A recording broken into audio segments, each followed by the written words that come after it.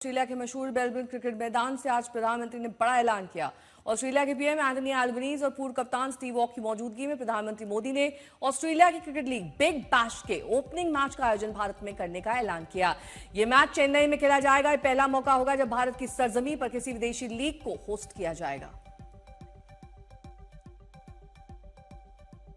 तो Melbourne cricket ground पर प्रधानमंत्री का ये बड़ा ऐलान, वहां की लीग का आयोजन भारत के चेन्नई में किया जाएगा।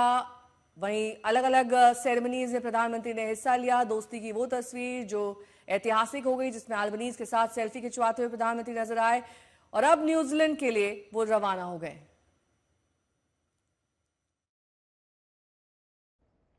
2030 में भारत कॉमनवेल्थ गेम्स की मेजबानी करने जा रहा है और जैसा मेरे मित्र ने बताया, हम 2036 में ओलंपिक्स भारत में आयोजित करने का भी प्रयास कर रहे हैं। 2032 में ब्रिस्बेन ओलंपिक्स होस्ट करेगा। इन ग्लोबल इवेंट्स को आयोजित करने के लिए मेगा स्केल पर स्पोर्ट्स इंफ्रास्ट्रक्चर तैयार किया जाएगा। यानी आने वाले वर्षों में हमें एक दूसरे से सीखने के, एक दूसरे के साथ मिलकर काम करने के अनेक नए अवसर प्राप्त होंगे।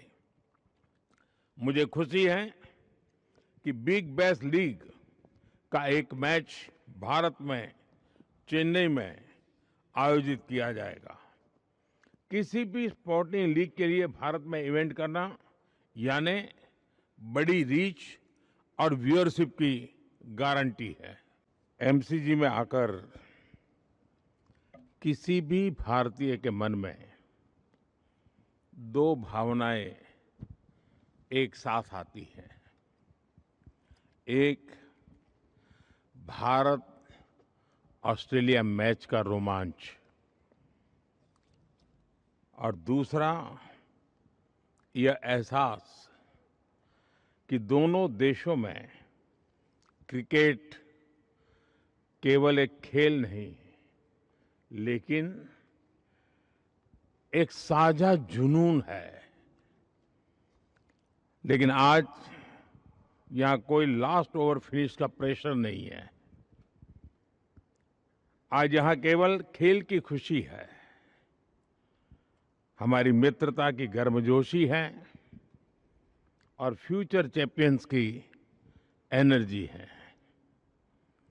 अभी हमने बच्चों को कबड्डी, ऑस्ट्रेलियन फुटबॉल और क्रिकेट की दुनिया से जुड़े हुए इन बच्चों से गप्पे गोष्ठी करने का अवसर मिल गया। उनके जोश को देख करके लगा आज यहाँ बच्चों का एग्जीबिशन मैच नहीं है, फ्यूचर चैंपियंस का ऑडिशन चल रहा है। उनके आत्मविश्वास और ऊर्जा से यह स्पष्ट है कि भारत ऑस्ट्रेलिया में खेलों का भविष्य बहुत उज्जवल है। पीएम मोदी ऑस्ट्रेलिया से न्यूजीलैंड के ऑकलैंड के लिए रवाना हो गए हैं। इस दौरे की शुरुआत न्यूजीलैंड सरकार के साथ द्विपक्षीय बातचीत से होगी। इस दौरान दोनों देश फ्री ट्रेड एग्रीमेंट पर आगे की बातचीत करेंगे। न्यूजीलैंड में प्रधानमंत्री मोदी एक बिजनेस इवेंट और स्पोर्टिंग इवेंट में भी शामिल होंगे। इसके बाद ऑकलैंड में 40,000 भारतीयों को भी संबोधित करेंगे। पीएम के स्वागत के लिए भारतीय समुदाय ने किया ओरा मोदी नाम का एक कार्यक्रम आयोजित किया है। न्यूजीलैंड में 40 सालों बाद किसी भारतीय पीएम की यह यात्रा हो रही है।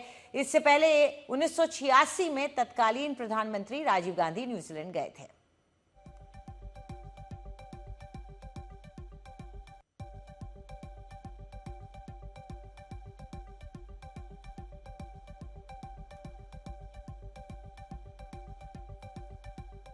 और न्यूजीलैंड में भी प्रधानमंत्री मोदी के स्वागत की जोरदार तैयारियां की गई हैं। यहां पर भारतीय कम्युनिटी के नेतृत्व करने वाले भाव ढिल्लन से बात की हमारे सहयोगी प्रणव ने।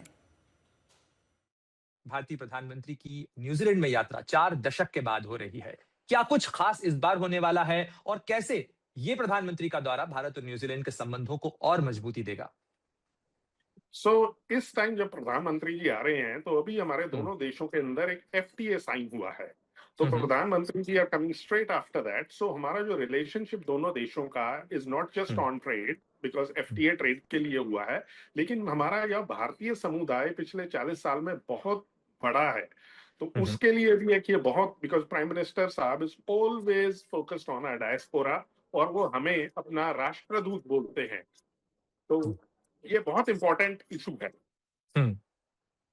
और आपने देखा ही होगा कल मेलबर्न के अंदर किस तरीके का कम्युनिटी इवेंट हुआ. क्या न्यूजीलैंड में भी उसको टक्कर देने वाला किसी इवेंट को आयोजित करने की तैयारी है? बिल्कुल बिल्कुल. यहाँ स्पार्क अरीना में कल हमारा भारतीय समुदाय इकट्ठा होके मेलबर्न जैसा एक बहुत भव्य स्वागत देगा हमारे प्राइम मिनिस्टर साहब को.